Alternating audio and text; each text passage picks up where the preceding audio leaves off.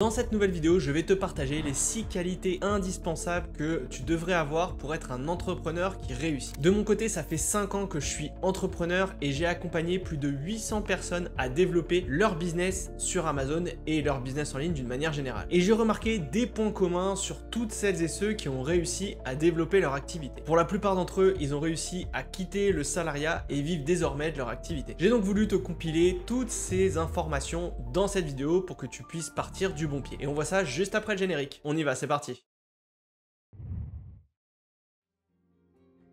Salut, c'est Romain, bienvenue sur ma chaîne où j'aide les jeunes entrepreneurs à développer leurs revenus en ligne. Comme je te l'expliquais au début de cette vidéo, ça fait maintenant 5 ans que j'ai développé mes business en ligne, notamment sur Amazon, mais également en affiliation, autour de l'aspect formation et sur aussi plein d'autres activités. Et depuis maintenant 4 ans, j'accompagne des entrepreneurs à lancer également leur business. Et j'ai remarqué qu'il y a des points communs avec toutes celles et ceux qui arrivent à lancer leur activité et à quitter le salariat. Et je vais donc te partager les 6 éléments indispensables selon moi à tout bon entrepreneur. Et on commence tout de suite par le premier qui va être de faire des sacrifices.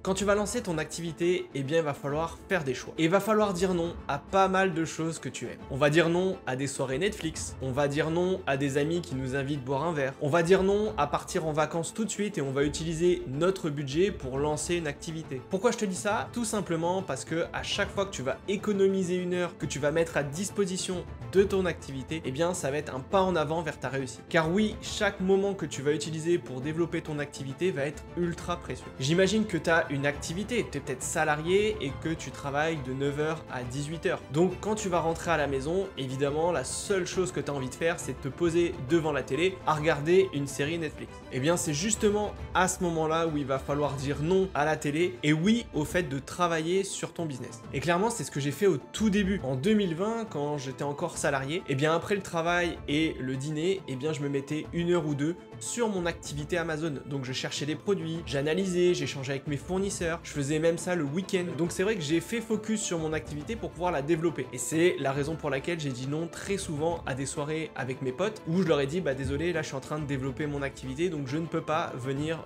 boire un verre avec vous. Et ça clairement c'est selon moi le truc le plus important à faire au départ, c'est de dire non. Et maintenant moi je vis de mes activités, notamment sur Amazon, et mes potes sont encore salariés. Donc pose-toi cette question maintenant. Est-ce que tu es prêt à sacrifier un peu de confort là tout de suite pour pouvoir être libre et faire ce que tu veux dans quelques années?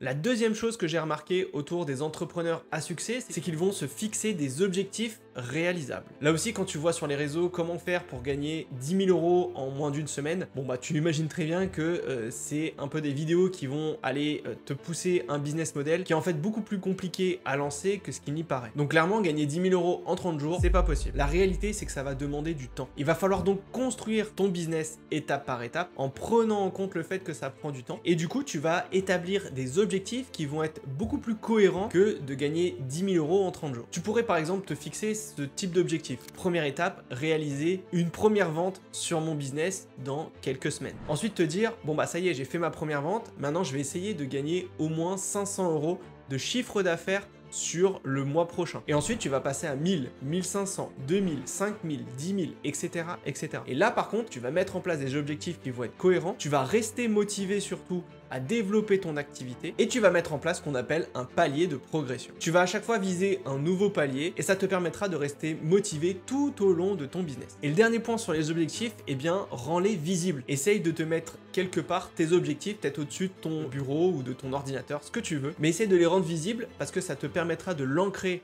dans ton cerveau et de rester motivé.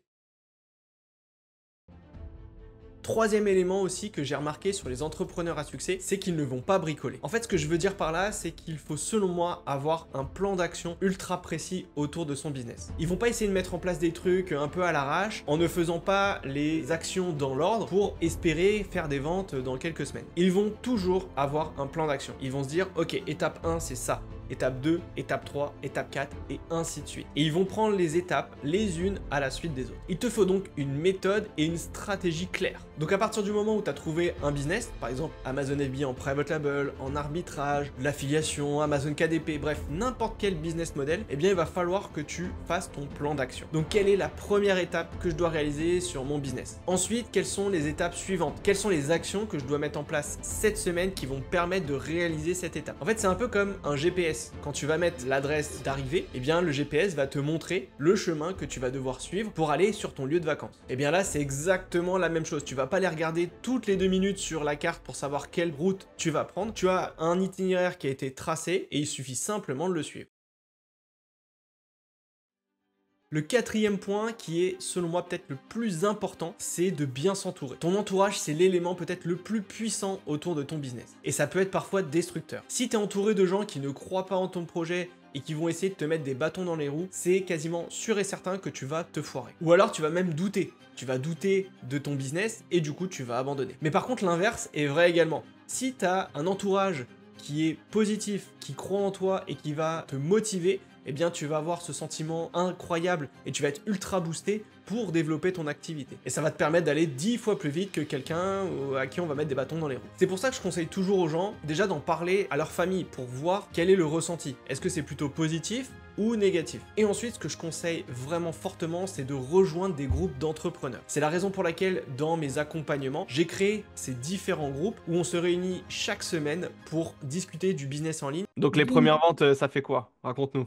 Ça fait plaisir parce que du coup, mon mari était plus impatient que moi parce qu'on a mis 3 jours, enfin le temps que Amazon l'enregistre et tout ça. Bah Et une oui. fois que les premières ventes sont arrivées, on a quasiment, là hier, on avait 3 ventes du coup dans la journée quoi. Et être en contact avec des gens qui réussissent. Et d'un point de vue mindset et boost, j'ai remarqué que ça fonctionne extrêmement bien. J'ai beaucoup de clients qui me disent qu'ils sont contents de venir tous les vendredis matins pour échanger sur leur activité et on voit l'évolution de chacun d'entre eux. Donc c'est ça que je trouve vraiment génial pour rester motivé et continuer de développer ses business. C'est la même chose quand on a fait une soirée des entrepreneurs autour de mes formations où on s'est tous rejoints en vrai, d'accord, sur une soirée qu'on a montée avec mon équipe. Et là aussi, le fait de se rencontrer, de pouvoir vraiment expliquer ce qu'on fait au quotidien, de comprendre qu'on est tout seul dans notre business et que c'est bien aussi de pouvoir échanger avec d'autres, montrer aussi l'évolution de son activité, eh bien ça reste quelque chose d'ultra positif et ça te permet de tirer tout le monde vers le haut.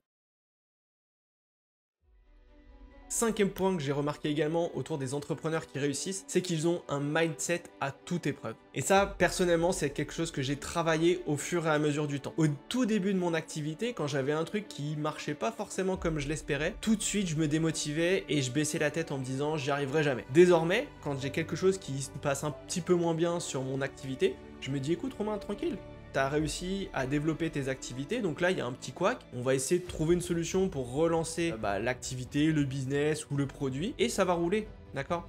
Donc ça bien sûr, ça vient avec l'expérience. Plus tu es présent dans le business depuis pas mal de mois ou pas mal d'années, forcément tu vas moins vite te démotiver que quelqu'un qui vient de démarrer. Donc là il va falloir que tu saches que quand tu lances une activité, ça va être dur. Ça va être très difficile. Je veux pas dire que c'est ultra facile, que tu restes sur une plage à boire un cocktail. C'est pas vrai. Il y a toujours des problèmes, d'accord, sur l'entrepreneuriat.